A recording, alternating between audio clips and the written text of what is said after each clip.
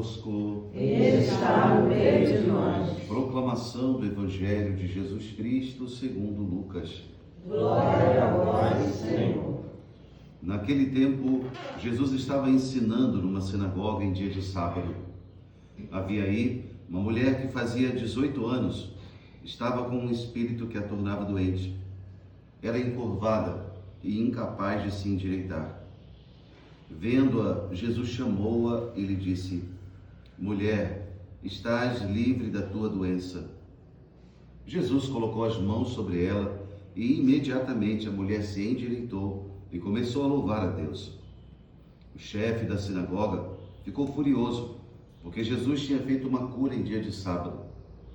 E tomando a palavra, começou a dizer à multidão: Existem 6 dias para trabalhar. Vinde então nesses dias para seres curados, mas não em dia de sábado. O Senhor lhe respondeu: Hipócritas, cada um de vós não solta do curral o boi ou o jumento para dar-lhe de beber, mesmo que seja dia de sábado? Esta filha de Abraão, que Satanás amarrou durante 18 anos, não deveria ser libertada dessa prisão em dia de sábado? Esta resposta envergonhou todos os inimigos de Jesus e a multidão inteira se alegrava com as palavras que ele fazia. Palavra da salvação. Glória a vós, Senhor. As palavras do Evangelho perdoem os nossos pecados. Amém. Queridos irmãos e irmãs, começando mais uma semana, 30ª semana do tempo litúrgico.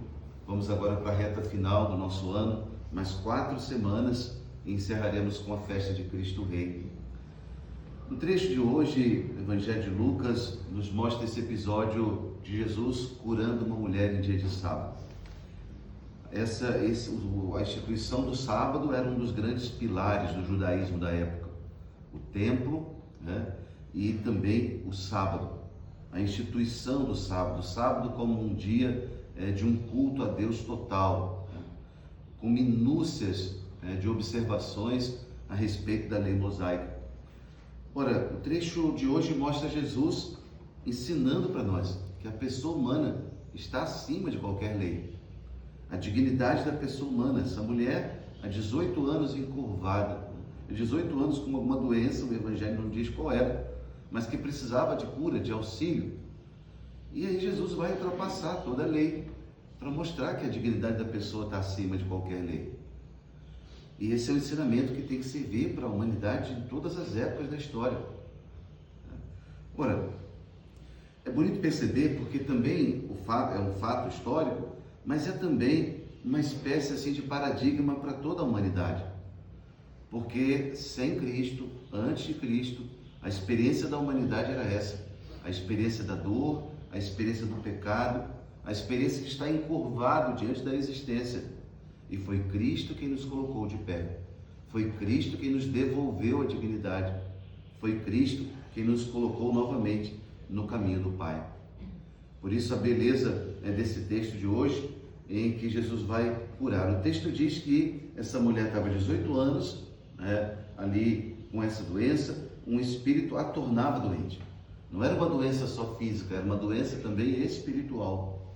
O Evangelho vai mostrando diversas situações de doenças físicas, doenças psíquicas e doenças espirituais. Há doenças que vamos ao médico, vamos tomar remédio e Deus vai atuar através daqueles instrumentos. Mas há doenças que nós devemos ir diretamente a Deus, à igreja, aos sacramentos. Uma doença espiritual é esse, por exemplo, um exemplo claro. Vendo-a, Jesus chamou-a e lhe disse: o olhar de Deus está sempre sobre a nossa vida, mesmo que passemos por tormentas. O olhar dele sobre nós não muda. Deus não fecha os olhos em algum momento para a nossa vida. Ele está sempre a nos ver, mesmo que permita provações, tribulações, lutas. Depois o chamado, Jesus a chamou. Ele disse: mulher, estás livre da tua doença.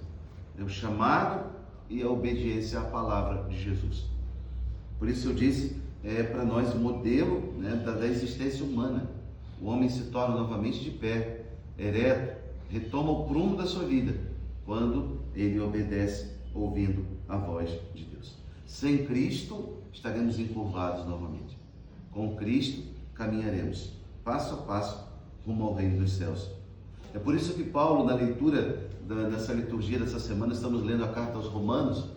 Paulo vai lembrar para nós, capítulo 8, talvez um dos capítulos mais bonitos de toda a Escritura. Paulo vai mostrando aquela luta entre a carne e o espírito. Carne aqui não é comida, bebida, realidade física, não, é pensamento. Pensar a salvação a partir da cabeça, construção humana. Como no primeiro século do cristianismo, algumas seitas, por exemplo, os gnósticos, dualistas, achavam que tudo era fabricação da nossa cabeça. E Paulo vai falar dessa realidade de luta entre a carne e o espírito. E aí ele lembra para nós a maior dignidade. Paulo diz assim, olha só, vós não recebestes um espírito de escravos para recairdes no medo, mas recebestes um espírito de filhos adotivos, no qual todos nós clamamos Abá, ó Pai. Por que filhos adotivos? Porque o único filho por natureza é Jesus. É o único que tem a natureza de Deus. Nós fomos adotados no Cristo. Santo Atanásio dizia, somos filhos no Filho. Nós não tínhamos esse direito. Ele conquistou para nós. Por isso Paulo mostra, para não recair de novo no medo, Vós não recebeste um espírito de escravos, mas um espírito de filhos adotivos. Então nossa oração agora é por Cristo, e ela sobe aos céus, chega ao coração de Deus. E ele termina dizendo, se somos filhos, somos também herdeiros, herdeiros de Deus e co-herdeiros de Cristo.